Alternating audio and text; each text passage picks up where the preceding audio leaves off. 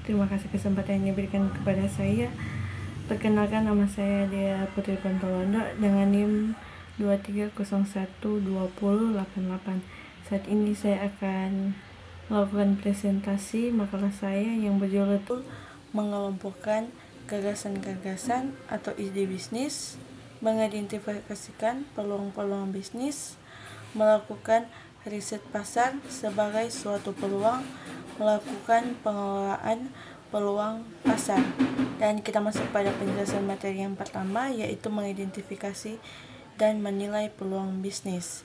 Peluang bisnis harus dianalisis dengan mempertimbangkan 1. Analisis SWOT atau kekuatan, kelemahan, peluang, dan ancaman bisnis. 2. Analisis persaingan, menilai kekuatan pesaing dan keunggulan produk atau jasa. 3. Kelayakan finansial, memperhitungkan daya awal, profitabilitas, dan role. Dan kita masuk pada penjelasan materi yang kedua dengan judul adalah penelitian lapangan. Riset pasar bertujuan untuk memenuhi kebutuhan pelanggan dan kondisi pasar. Langkah meliputi sebagai berikut. Yang pertama, pengumpulan data primer dan sekunder. 2. Survei dan wawancara pelanggan potensial. 3. Analisis tren pasar dan kompetitor. Kita masuk pada penjelasan materi yang ketiga dengan judul menjelaskan definisi ide bisnis. Ide bisnis adalah gagasan yang muncul sebagai dasar untuk memulai suatu usaha.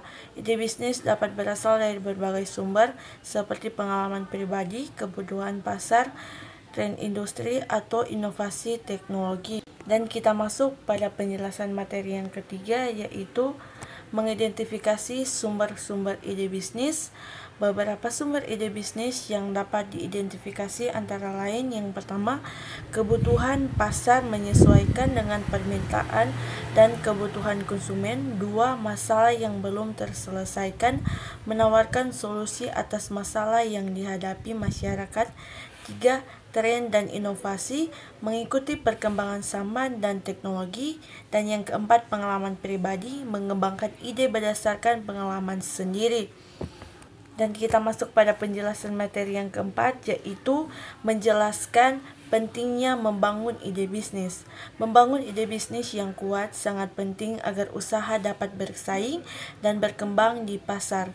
Ide yang matang akan membantu bisnis memiliki nilai jual yang unik dan mampu menarik perhatian pelanggan.